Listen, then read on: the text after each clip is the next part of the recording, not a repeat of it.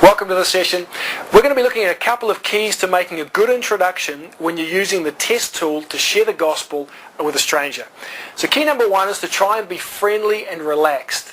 I know this is not easy to do, especially if you're feeling a bit nervous, but it's a very important point because you want to start off in a friendly way. We do it by asking them or saying, "Excuse me, can you help me with something?" We do it for a few reasons. One, we're showing that we're polite by saying, "Excuse me." Secondly, we're acknowledging that unless they cooperate with us, help us out, we will not be able to share the message with them. Okay, so a nice friendly introduction. "Excuse me, can you help me with something?" Next, we let them know it's only going to take a few minutes. This is important. You want to set them at ease, that this is not going to be half an hour. You know, they're looking at their watch, they're going, how long is this going to take? Let them know right from the start that it's only going to be a few minutes. Next, we let them know what it is. We say it's the test, or it's the spirituality test, or the good person test, or the worldview test. You choose what you want to call it. But we tell them what it is. And then finally, we let them know that this is Christian related, that either we're a Christian or this is a Christian booklet, but they know right from the start what we're going to be talking about. You don't want to get partway through the presentation and they finally realise, get a surprise. Get it clear right from the beginning. So let's put it together. "Excuse me, can you help me with something?" Only takes a couple of minutes. We call this the spirituality test. You just have to be honest. Now, I'm a Christian, this is nothing weird. And so the first question for you is this, and then you're away. You're going to see some footage in a moment, and what we have is resources for each separate country. So whatever country you're from, we have a matching resource. So when I go up from the UK, I'll say this is the UK spirituality test. Or whatever country you're in, Australia or New Zealand, Canada, any English-speaking country, we have resources that will match your country. So don't worry about the footage that you're about to see if they use a different country's booklet. You'll just be using your booklet. Okay, so let's go to the live footage now, and we're going to see some of those keys put into practice. Excuse me? Yep. How are you? I'm good.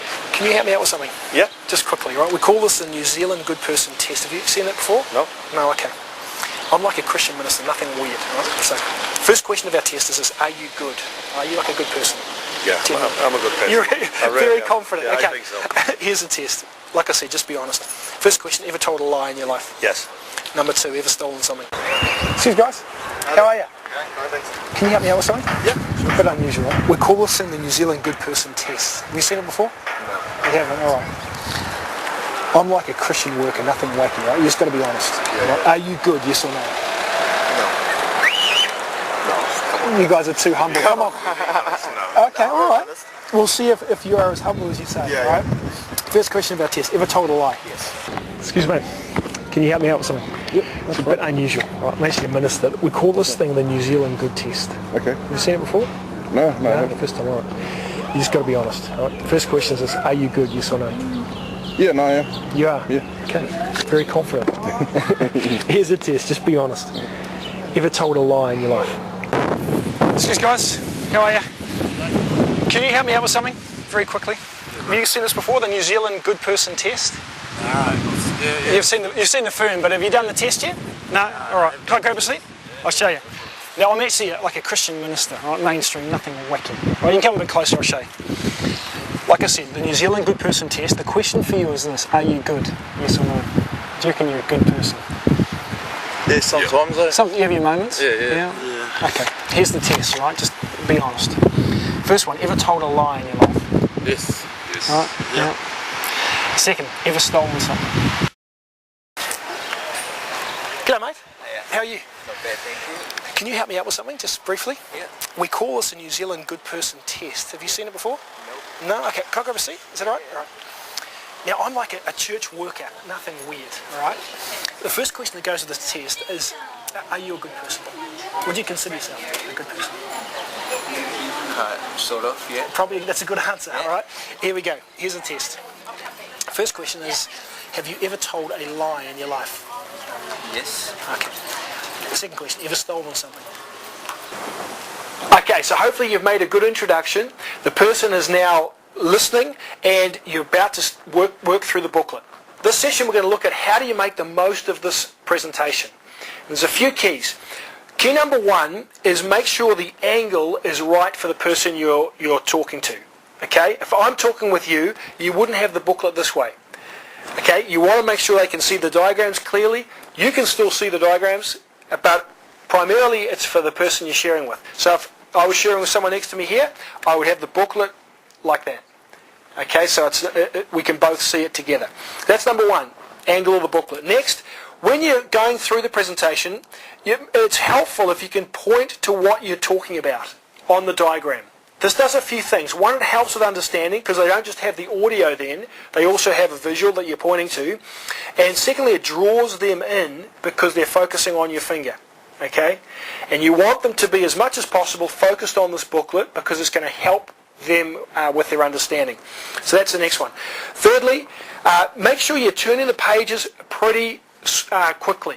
Okay, you do not want to be stuck on one page for a long period of time. The way it's been designed, there's only ever 1 or 2 points on each page. Okay, so if you find yourself making 3 or 4 points, you've probably got ahead of yourself.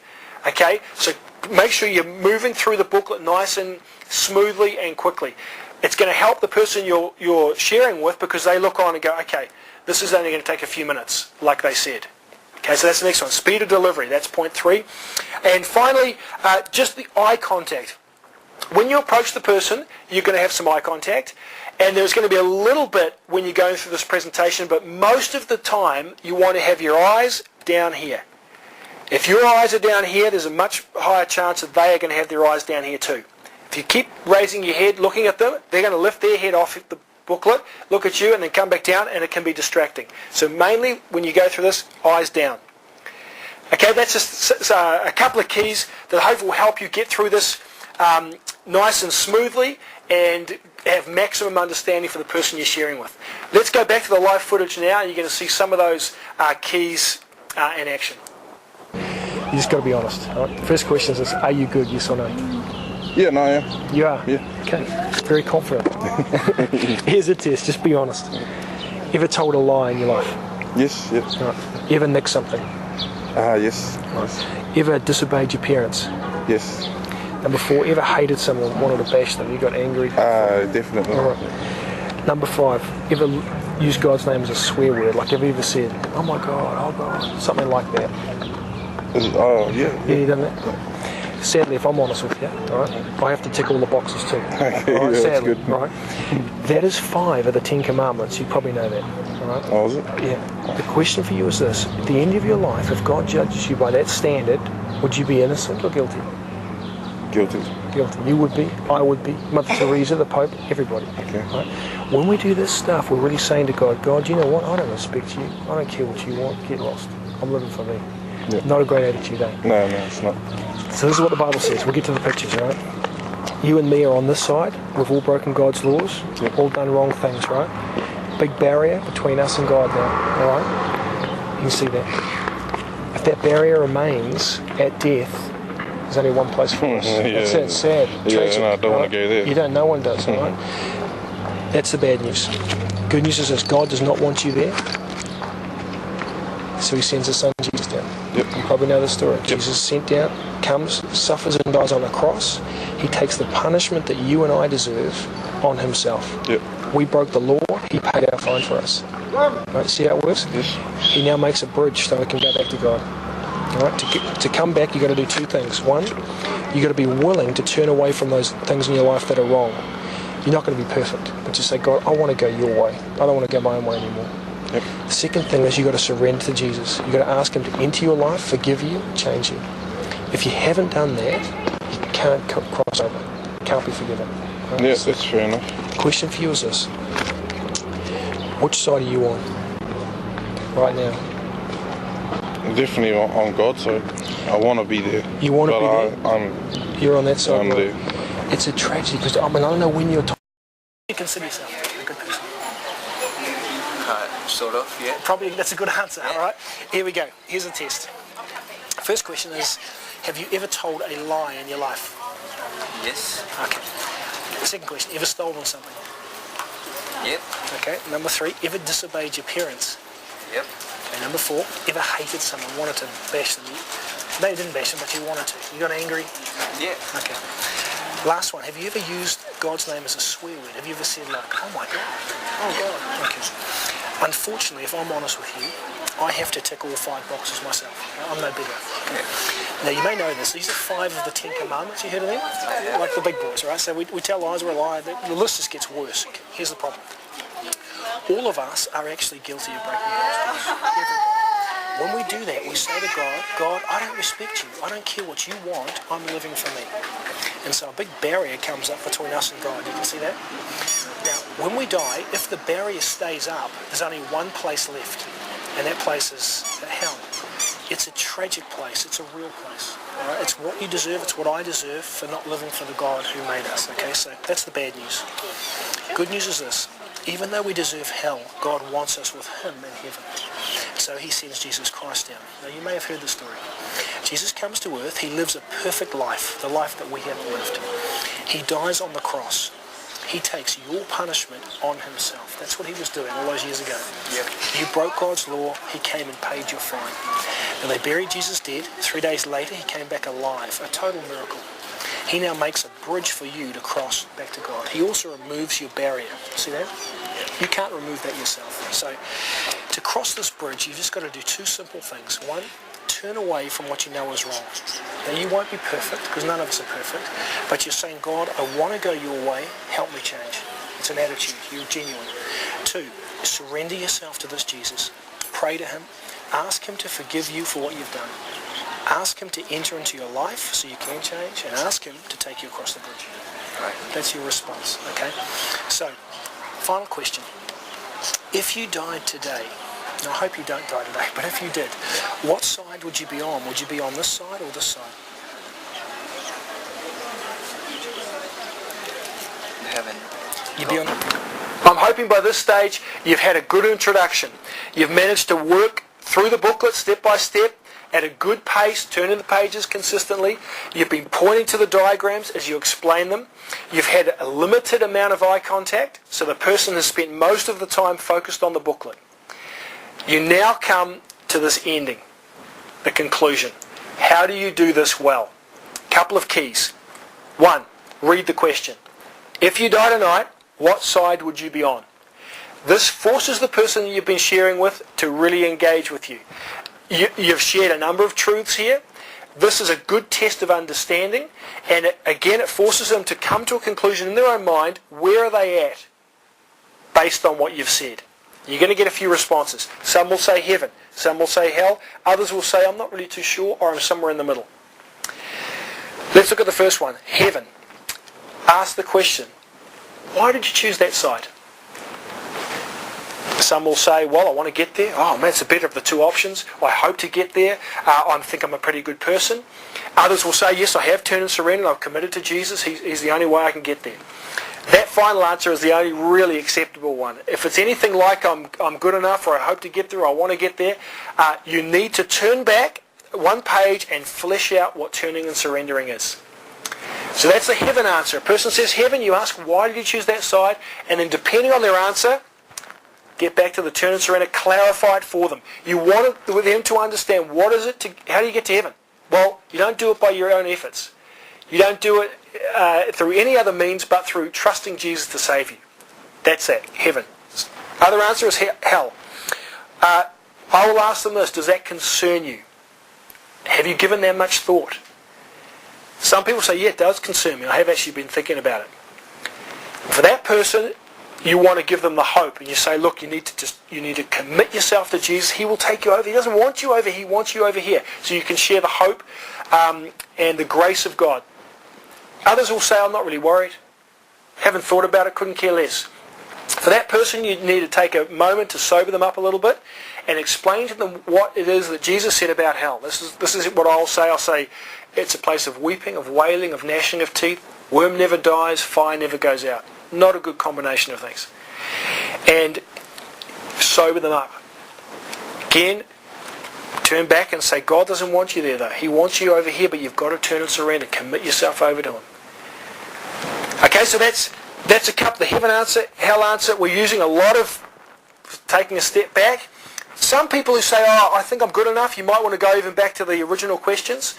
Some of the, if you ever told a lie, you've stolen stuff, just to flesh out some of the commands of God again, and then come back to this and talk to them about how to get across.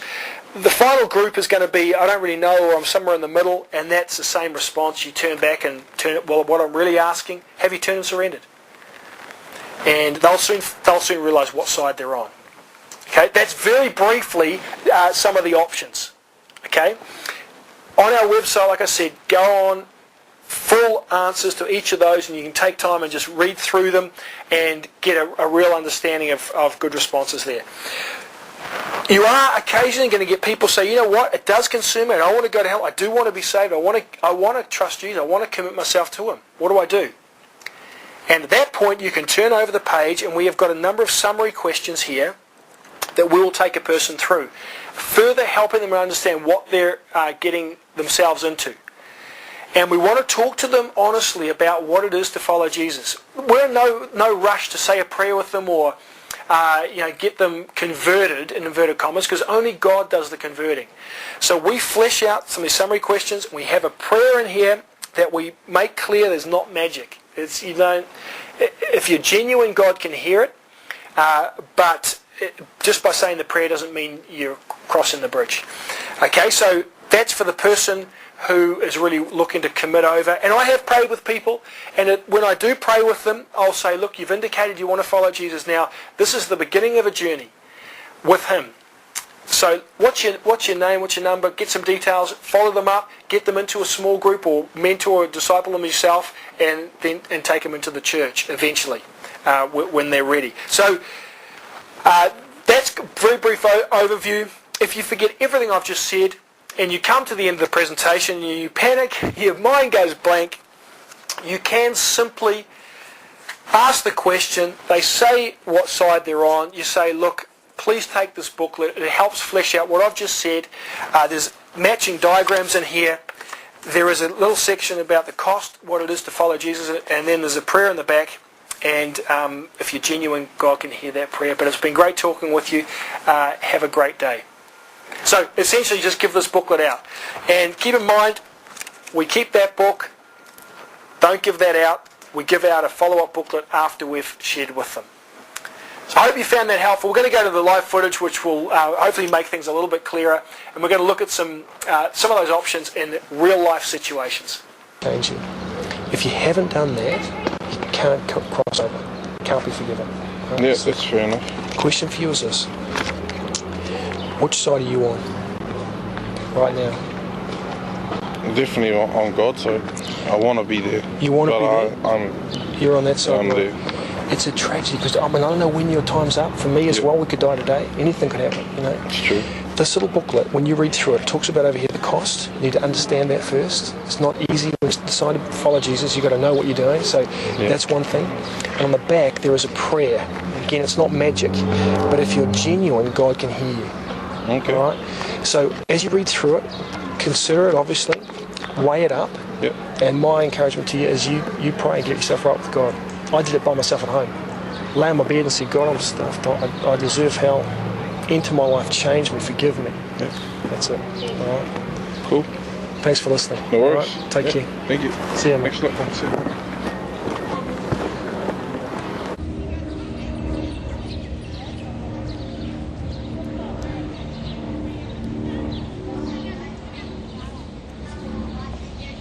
Alright, so boys, I ask you this question, and for you too, latecomers, you can come in. If you died tonight, where would you go? Hell. Total tragedy, alright? Please do this. Please take this little book away. You can read it when you get time, okay? The front part's just what we've been through now.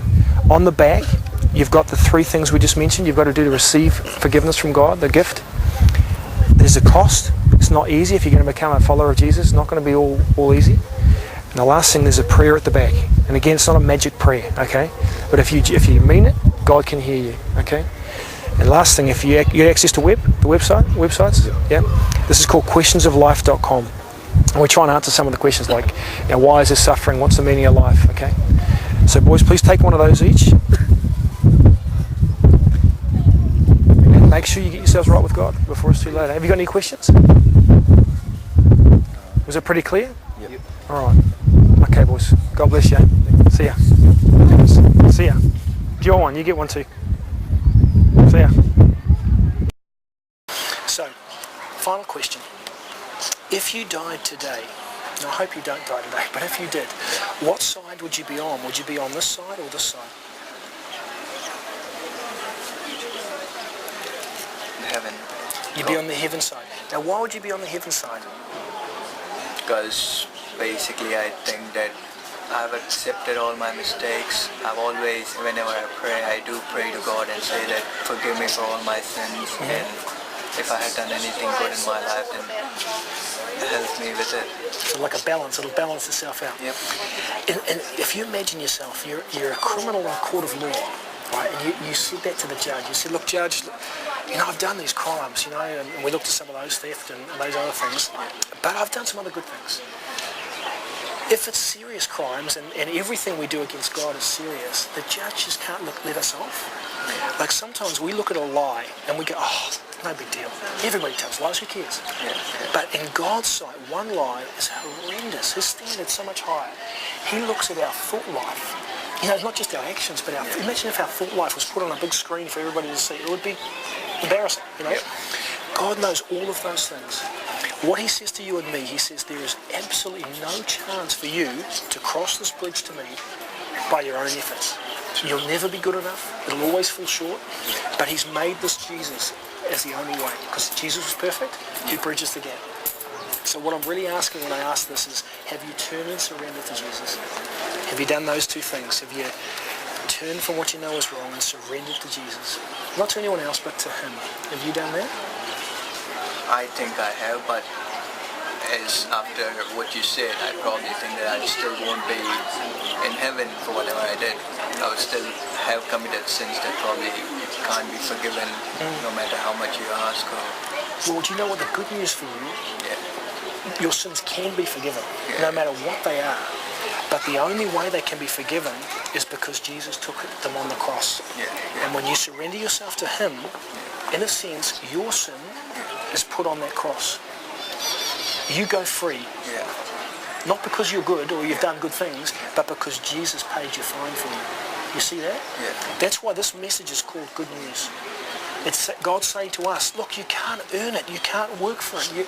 I'm offering this. I've given you my son. And so you receive him, you receive eternal life. Is there anything stopping you from doing that? I mean, it's there, it's available. God's saying to you, would you like to receive or would you like to surrender to Jesus? Would you like to do that? Okay, I'm going to got a little book here. And you can go through this in your own time, but I'll just explain it because this is a big decision. It's not just a quick thing. But in the back of the book, we talk about the cost. It's not easy being a Christian. You need to understand it. What's your background? What's your... Well, I'm Hindu, but I studied in a Christian school. Okay, so you've had some of this background. So for you as a Hindu, the cost might be, it's a willingness to say, look, I'm not going to follow any other gods. Which is, I know it's a big deal for you. And my family, not Christians, so I've been through this myself. You're saying, I'm only going to follow Jesus Christ, the God of the Bible. That's it. Would you be willing to say that? Don't know, because I just think that each and every religion has their own views, but I believe that there is only one person. Ultimately. We would agree that there's only one God ultimately, but what Jesus is saying, there's only one God, and this is him. And the God that Jesus talks about is the God of the Bible. The Father, Son, Holy Spirit, etc. You know that background, right? But he'll take this away, go through it. What I've just said with you, a willingness to turn from any other idol, anything else, to Jesus Christ alone. That's for you. You've got to make that decision, But that's there. That's going to be the cost. And the last page is a prayer. It kind of summarizes this book. It's not a magic prayer, obviously. Don't chant it with candles. It won't help you. But if you're genuine, God can hear it. If you've got any questions, or you just text me. That's there. Also, we put a website in Questions of Life. And it's got a lot of commonly asked questions, like how do you know the Bible is true? How do you know some of this? What I've just shared with you is reliable? And that's on that website. So I encourage you to go through that. Thank you for listening. That's all right. And like I said, just text me if you've got any queries. All right. Enjoy the rest of your day. Thank you. See you later. Catch you.